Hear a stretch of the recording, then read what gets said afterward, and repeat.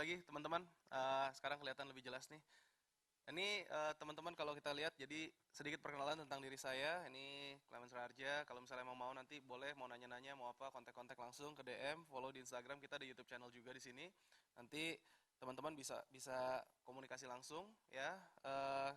So next slides. Saya ucapkan selamat datang dan selamat bergabung karena emang di sini tuh open untuk semuanya yang mau berkembang. Ya, tadi kita skip lagi visi dan misi. Coba next. Visi misi kita tadi udah disebutkan di videonya dan misi kita juga di slides berikutnya. Kita pengen menjadi satu komunitas yang punya impact. Jadi nanti kita akan ceritakan. Tapi sebelum ngomongin gituan terlalu panjang karena waktunya mepet nih, saya langsung masuk ke materi aja ya. Jadi ini mission brief kita nih hari ini. Jadi saya ditanya how to be entrepreneurs katanya kan, atau how to connect diversity in business into integrated collaboration. Dan itu memang penting karena Indonesia sebenarnya adalah ada negara yang sangat-sangat kaya. Cuman kalau misalkan kita pengen benar-benar maju, kita harus bisa bergandengan tangan dari Sabang sampai Merauke dan bisa benar-benar bekerja sama, berkolaborasi. Jadi sebelum kita masuk ke situ, coba next slide. Coba kita main game dulu nih ya. Kita kalau ngomongin tentang mindset, how to be an entrepreneur, kita mesti bisa break mindsetnya dulu. Ini kita ada latihan pagi hari ini. Coba slide berikutnya. Nah ini, buat teman-teman yang lagi di rumah sekarang, saya pengen ngetes, saya pengen ini latihan. Saya kasih waktu 60 detik nih ya. Ini coba gambarkan pemandangan. Nah, pemandangan 60 detik aja, saya kasih waktu sekarang, kita lihat nih ya. Kalau nggak bisa gambar gimana nih? Kalau misalnya nggak bisa, coba ambil kertas, coret-coret aja. 60 detik pokoknya gitu kan, ambil kertas, coret-coret. Ini kenapa saya lakukan ini? Ini saya selalu bawa kalau misalkan lagi seminar. Jadi baru kemarin saya balik dari Lembang, Pak. Ini ngajar di Kemnaker. Kemnaker lagi bikin banyak sekali pelatihan untuk kewirausahaan, untuk UMKM untuk berkembang. Dan di sini saya bawakan slide ini juga pada saat lagi motivasi pembukaan.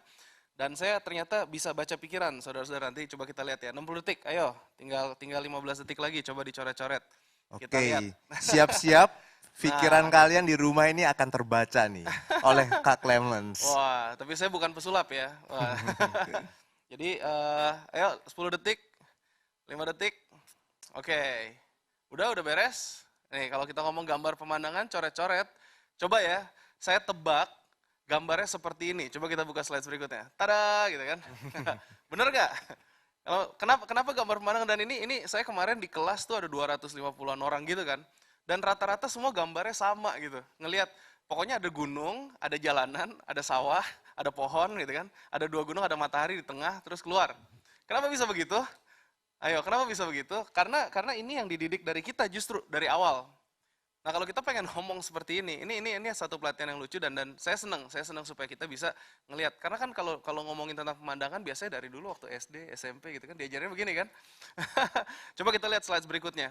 Nah, ini ada 2 mindset teman-teman ya. Ada 2 mindset, ada mindset orang pada umumnya yang di sebelah kiri, ada mindset orang sukses.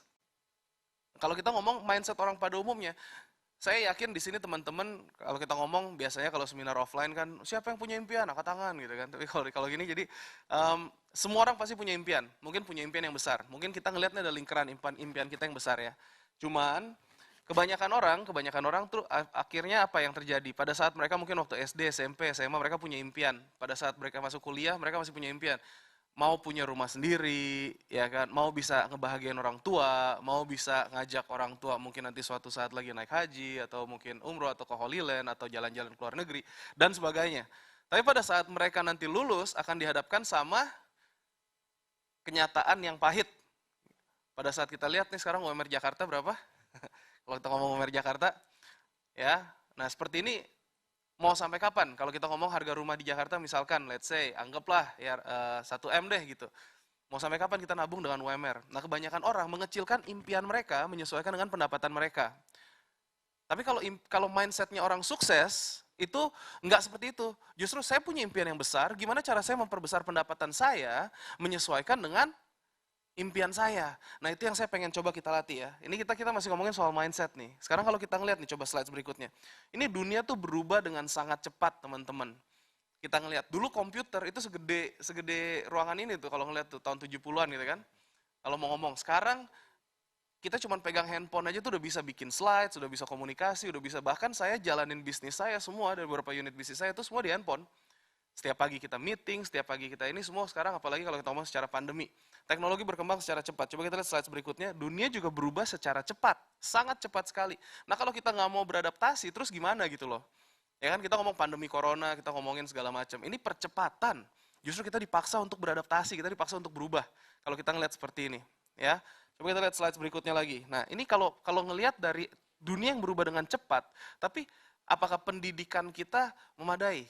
Kita ngelihat, justru banyak yang justru menstandardisasikan, akhirnya jadi yang keluar malah kreativitas kita terbuang, segala macam terbuang. Kita lihat nih slide berikutnya lagi, ini lucu. Ini evolusi pendidikan di Indonesia dan di dunia dan sekarang ya. Masih nggak, saya nggak tahu, ini zaman saya dulu SMA nih, masih nggak ada stigma di mana IPA lebih pintar daripada IPS. Masih Ya? banget. Masih, waduh kacau berarti kalau kayak gitu kan. Padahal itu adalah dua komponen yang sangat berbeda. Ada ekstrovert, ada introvert. Nah, ini gambarnya nih, kita lagi ujian nih. Jadi kita tuh menyamaratakan dan bikin benchmark untuk semuanya kalau kita bilang. Jadi kayak ini di gambar kartunnya kan, oke ujian hari ini buat semuanya, gimana caranya manjat pohon gitu kan. Kira-kira yang menang siapa tuh dari hewan-hewan yang di gambar ini? Ya kan? Pasti monyet yang menang. Karena dia yang hidupnya di situ habitatnya. Nah, kalau misalkan kita menyamaratakan, coba lihat slide berikutnya. Kesian pakai banget justru gitu loh. Ini adalah sentilan yang saya berikan dan justru ini adalah misi dari saya sendiri untuk supaya teman-teman di Entrepreneur Society itu bisa bersinar dengan cahayanya mereka sendiri. Karena kita nggak mau ngelihat menyamaratakan, tapi justru dari yang ekstrovert, yang introvert, bagaimana nanti bisa menjadi saling melengkapi, yang kreatif, yang analitik, powernya. Kita ngeliat seperti itu. Jadi kalau kita ngeliat nih sekarang next slide ya, ini mindset dan pola pikir ya. Sistem pendidikan kita yang outdated itu banyak akhirnya jadi menghilangkan keunikan. Kita tuh jadi justru kreativitas kita hilang. Nah ini yang saya pengen rubah buat teman-teman yang ada di rumah. Karena gini, kita ngomong kalau misalkan kita cuman mau mengikuti standar ya, istilahnya norma standar. Sekolah penting, kuliah penting. Tapi belajarnya nggak cuma dari situ. Kalian tuh bisa belajar banyak dari sources lain. Podcast misalkan, dari YouTube, dari Instagram, segala macam. Itu banyak sekali resources yang bisa teman-teman pakai untuk belajar dan istilahnya nanti ke depannya mengubah pola pikir. Nanti saya ceritain, saya dulu kuliahnya akuntansi keuangan. Padahal saya orangnya ekstrovert, sanguin, koleris. Ya, kalau ngomong seperti itu, apakah itu cocok? Kenapa? Karena papa saya introvert, melankolis, pragmatis, dan dia mengarahkan. Dia bilang kalau misalkan kamu kuliah itu kamu harus inilah istilahnya S1 harus bisa. Padahal dulunya mau jadi chef, kalau misalnya bilang ceritanya. Jadi ini pencarian jati diri ini sangat-sangat penting. Bahwa kalau teman-teman bisa mengenal jati diri kalian, itu kalian tuh akan bisa bersinar dengan cahaya kalian sendiri. Nah sekarang itu misinya ya. Kita ngeliat nih slide berikutnya.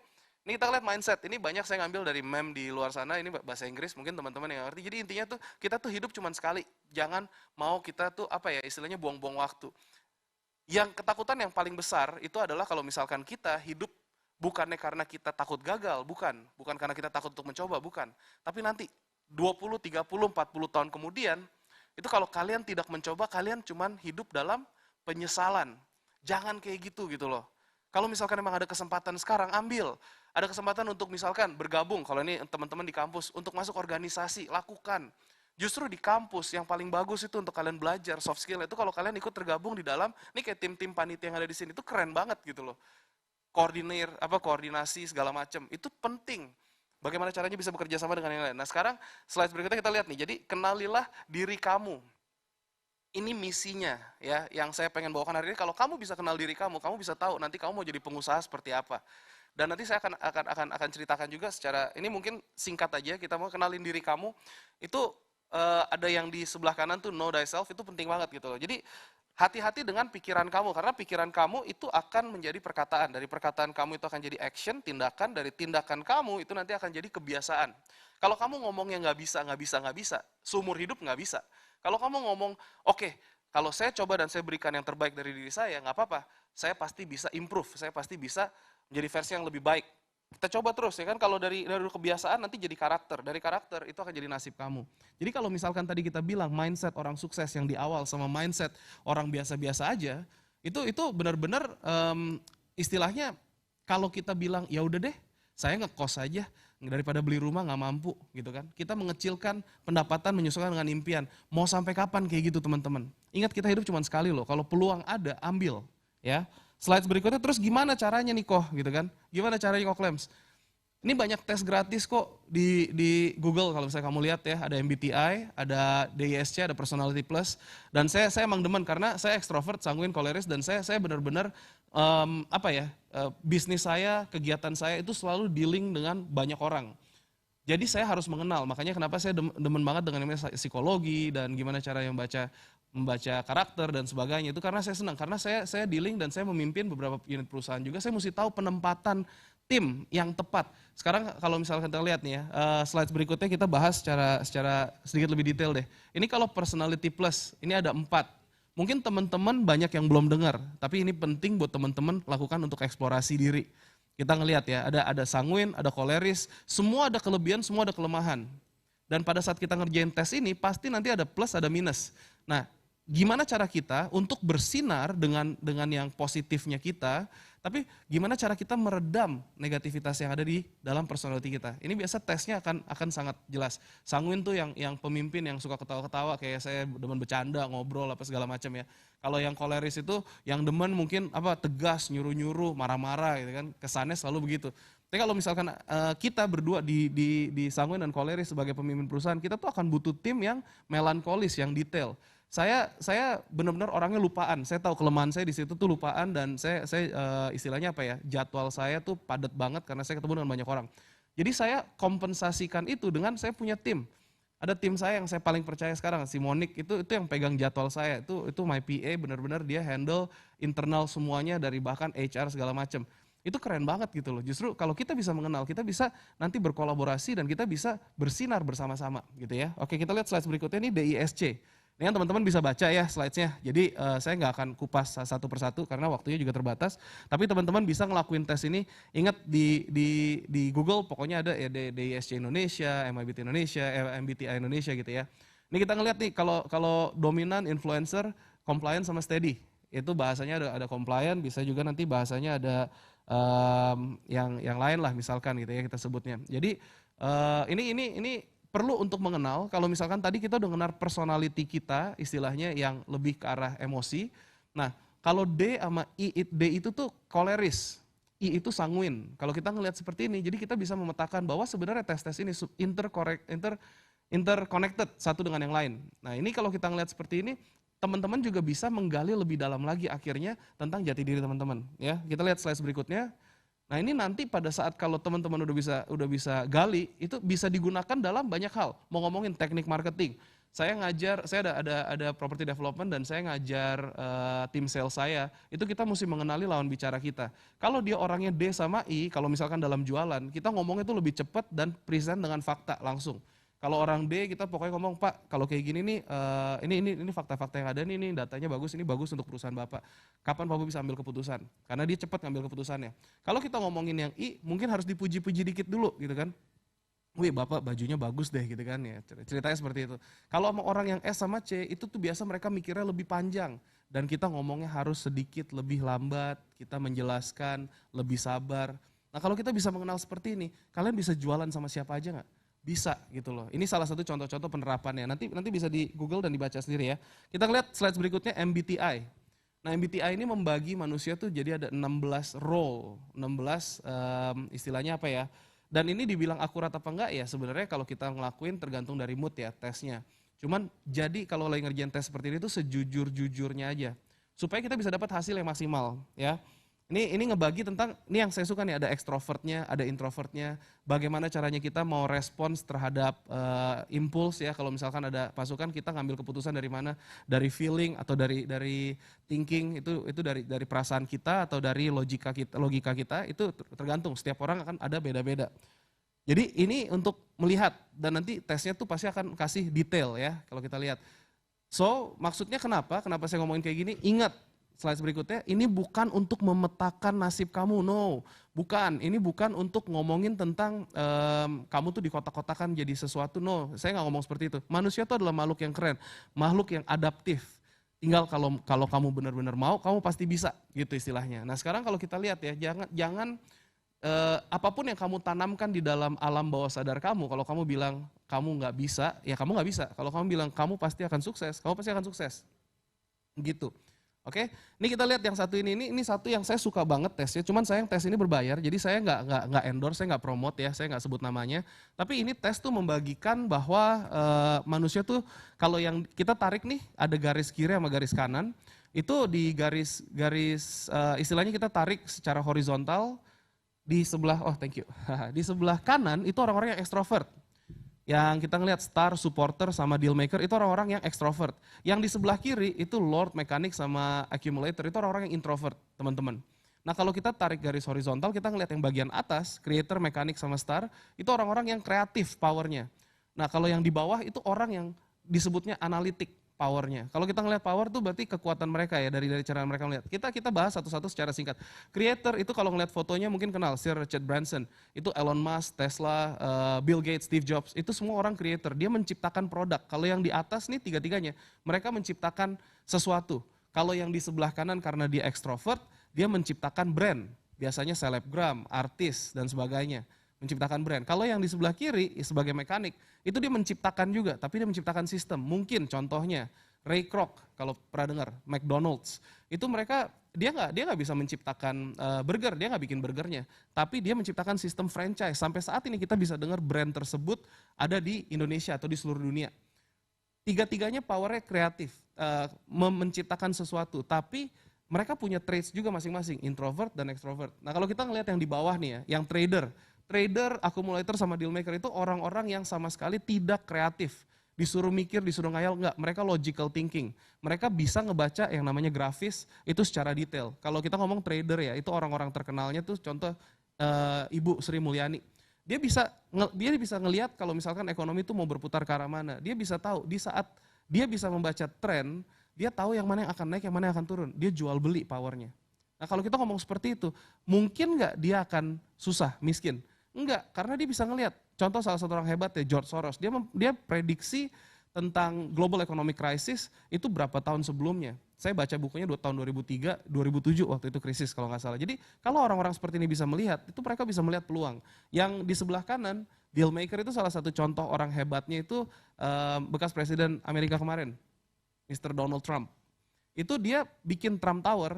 Ya itu tuh tanah bukan punya dia, desain bukan dia, terus modalnya bukan dia, architectural bukan dia, tapi pakai namanya dia. Itu karena dia tetap dealing, analytically jago, tapi dia tetap berhubungan dengan ekstrovertnya.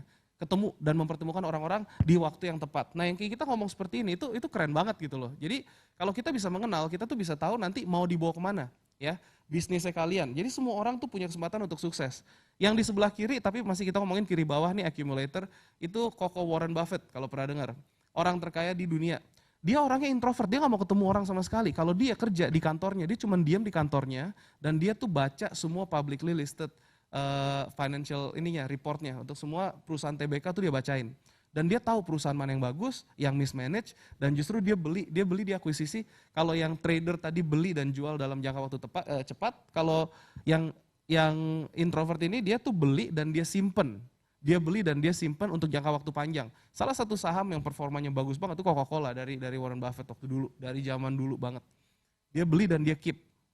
Makanya kalau kita ngeliat introvert, extrovert, semua punya kekuatan dan kelemahannya masing-masing. Kalau kita tinggal lihat yang pure extrovert sama yang introvert nih, supporter sama lord ya, traitsnya. Supporter itu orang yang flamboyan banget, dia bisa bikin orang nyaman, dia bisa ketemu, dia bisa kenalan dengan siapa aja. Dia bisa jualan apa aja. Tapi kalau kelemahan ya, kalau misalkan dia tidak punya seorang creator atau produk atau ideologi untuk dia tawarkan. Itu saya juga pernah punya pengalaman seperti ini dulu, saya networking, saya ketemu dengan banyak orang, saya bisa dapat kartu nama banyak. Tapi kalau saya nggak punya sesuatu untuk saya tawarkan, akhirnya hilang. Jadi database itu kan kita dapat kartu nama itu kan database ya. Dan database itu cuma jadi sampah doang waktu saya awal-awal di sana. Nah kalau misalnya kita bisa gunakan ini, teman-teman tuh bisa dapetin banyak sekali peluang-peluang yang bisa digarap. Nah, Lord itu yang introvert itu orang yang paling boring banget traitsnya. Biasanya tuh kalau misalkan teman-teman di sini mungkin mahasiswa ya, kalau kita ngomongin lagi PDKT, pernah nggak ketemu orang yang garing? Udah makan belum gitu? Terus habis itu bilangnya katanya udah, terus selesai. Jadi kelanjutannya apa gitu kan? Nggak bisa ngomong. Nah itu biasanya orang-orang yang paling boring. Tapi mereka tuh orang-orang yang paling detail. Kalau Lord ini posisi yang paling tepat untuk akuntan gitu ya, yang ngawasin keuangan segala macam. Maksudnya kita menceritakan ini semua tuh kenapa sih Koklems gitu kan, mengenal jati diri. Jadi sebenarnya kalau ngelihat di dunia ini semua orang punya tempat. kalau creator ya kita lihat ini siklusnya itu dari creator itu muter, dia menciptakan produk, lalu ke kanan, ke star, menciptakan brand, ke supporter untuk jualan. Terus kalau di bawah itu untuk naikin valuasi perusahaan. Kalau di sebelah kirinya itu flow-nya, jadi kalau kita ngeliat satu lingkaran teman-teman. Yang di kiri itu untuk ngawasin supaya keuangannya nggak bocor, stoknya nggak bocor, dan bikin sistem supaya efisiensi. Makanya kita ngeliat sebagai mekanik biasanya dia bikin kayak contoh yang sukses kan Tokopedia, Bukalapak ya, itu marketplace, Alibaba dan sebagainya. Itu benar-benar mereka mekanik-mekanik handal. Mark Zuckerberg untuk bikin kita punya nih sekarang kita social media semua segala macam ya. Jadi itu yang saya bilang. Ini kalau kita lihat dari sini slides berikutnya itu bahwa semua orang tuh adalah genius gitu loh. Cuman kalau kita mau ngejudge ikan dari kemampuannya dia manjat pohon, seumur hidup dia akan mikir dirinya bodoh. Makanya kenapa saya bilang ini pesan saya buat teman-teman, apalagi kalau mau ngomong jadi pengusaha ya, slides berikutnya, bersinarlah dengan cahayamu sendiri. Kalau kamu bisa mengenal jati diri kamu dan kamu bisa bersinar di sini, kamu tahu kekuatan kamu di mana, kamu tahu bisnis seperti apa yang bisa ngangkat diri kamu seperti apa gitu ya. Terus gimana nih caranya, slides berikutnya. Gimana caranya? Ingat, mindset orang sukses tadi. Ya, mindset itu kamu bisa keluar, kamu harus bisa keluar dari zona nyaman kamu. Kalau misalnya kamu bilang nih, tapi kan aku orangnya introvert kok, aku kan gak bisa jualan ketemu orang segala macam. Kamu harus mau keluar dari zona nyaman tersebut gitu loh. Ini bukan untuk mengkotak-kotakan kamu, tapi mungkin kamu bisa rekrut orang yang ekstrovert untuk jadi tim sales kamu, untuk jadi tim marketing kamu, markom kamu, atau kamu bisa cari teman sebagai partner kamu, co-founder kamu untuk berkembang. Ya, kita ngeliat seperti itu. Jadi jangan mau hidup kamu tuh dikontrol sama pikiran kamu. Jadi ini salah satu contoh. Ini tim kita di kantor. Saya selalu pakai ini ada case study-nya si Septiana Nuramalia. Ini salah satu tim yang mungkin nanti akan saya angkat jadi partner saya di IO. Ini kita ngelihat kita ada branding marketing agency dan dia tuh lulusan teknik kimia. Tapi sekarang kerjaan dia dealing sama ini, Med Plan disebutnya. Dia dealing sama KOL, influencer untuk klien-klien kita, untuk dipromot sama influencer tersebut. Karena apa? Karena dia orang ekstrovert dan dia demen untuk dealing sama manusia gitu loh. Ketemuan sama orang-orang.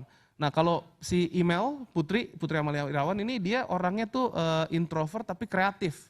Jadi dia bikin konten, akhirnya kita angkat jadi QC. Padahal dulunya apa? Dia tuh dulunya cuman ini jurnalistik kuliahnya. Jadi apapun yang kamu lakukan di kampus atau kuliah ini itu tidak membatasi kamu nanti jadi apa ya. Ini kita ngeliat intinya apa, slides berikutnya. Keluar dari comfort zone kamu dan kamu berikan 200% dari apapun itu yang kamu ingin berikan. Istilahnya kalau kamu lagi ngerjain sesuatu, kamu berikan yang terbaik dalam diri kamu. Oke? Ini kita skip slides berikutnya, kita langsung masuk. Saya mau ngajarin ini ada 4 esensi kewirausahaan. 4 esensi kewirausahaan. Ini adalah apa ya yang saya dapatkan pada saat saya waktu lagi mulai ngerantau di Australia. Jadi yang ini teman-teman mau catat boleh, ini semua ada di buku kita di Art of Entrepreneurship, saya tuliskan secara lengkap. Dan dulu saya dapatkan ini secara nggak sengaja. Ya ada 4, yang pertama tuh peluang ada di mana-mana, tapi yang terpenting itu justru kalau kita mau ngelihat gimana cara kita bisa dapetin peluang tersebut. Yang kedua, nomor 2 ini yang paling penting, fokus untuk bantu orang lain terlebih dahulu, duitnya akan datang belakangan, berkatnya akan mengalir belakangan. Maksudnya apa? Ini maksudnya justru pada saat kita fokus untuk bantu orang lain terlebih dahulu, kita tuh memposisikan diri kita menjadi orang yang expert di bidangnya. Pada saat kita membagikan informasi terhadap satu hal, orang-orang akan mendengarkan. Contohnya seperti slides berikutnya, ini waktu saya baru mulai ngerantau, saya ceritain kisah saya. Minum dulu air sebentar ya. Iya. Silakan Kak. Soalnya kering, kalau kering nanti ini gatel. Jadi saya mulai pada saat waktu kuliah 2003, tadi di awal saya udah cerita ya, saya pergi ke Melbourne. Itu bentukan saya waktu masih ada rambutnya. Jadi ini pada saat waktu pertama kali ke sana saya nggak ngerti siapa-siapa. Sebagai anak rantau saya nggak kenal siapa-siapa, saya nggak tahu gimana caranya bertahan hidup di Melbourne. Itu nyari kosan seperti apa, terus nyari kendaraan umum, naik kendaraan umum seperti apa, terus buka bank. Dan zaman dulu teknologi nggak secanggih sekarang. Kita kalau teleponan international tuh sekarang pakai WhatsApp call, pakai apa itu udah canggih banget. Dulu waktu saya mau hubungin papa mama itu saya harus beli dulu pulsa prabayar, kartu pulsa, terus habis itu saya mesti istilahnya beli pulsa prabayar tuh teleponnya di telepon umum. Jadi dari telepon kabel masuk ke server baru disampaikan telepon internasional. Kalau mau telepon direct dari handphone ke handphone itu bayarnya mahal banget. Dan ingat tadi saya bukan datang dari keluarga yang kaya raya, jadi saya harus saya harus saya harus ini benar-benar berjuang lah istilahnya. Nah, pas kita ngelihat justru waktu semester pertama saya dibantu sama satu temen ya namanya Susanti, dan sampai sekarang ini kita masih temenan juga. Itu dia ngebantuin saya untuk nganterin konsulat jenderal, buka bank, terus nyari kos-kosan dan sebagainya.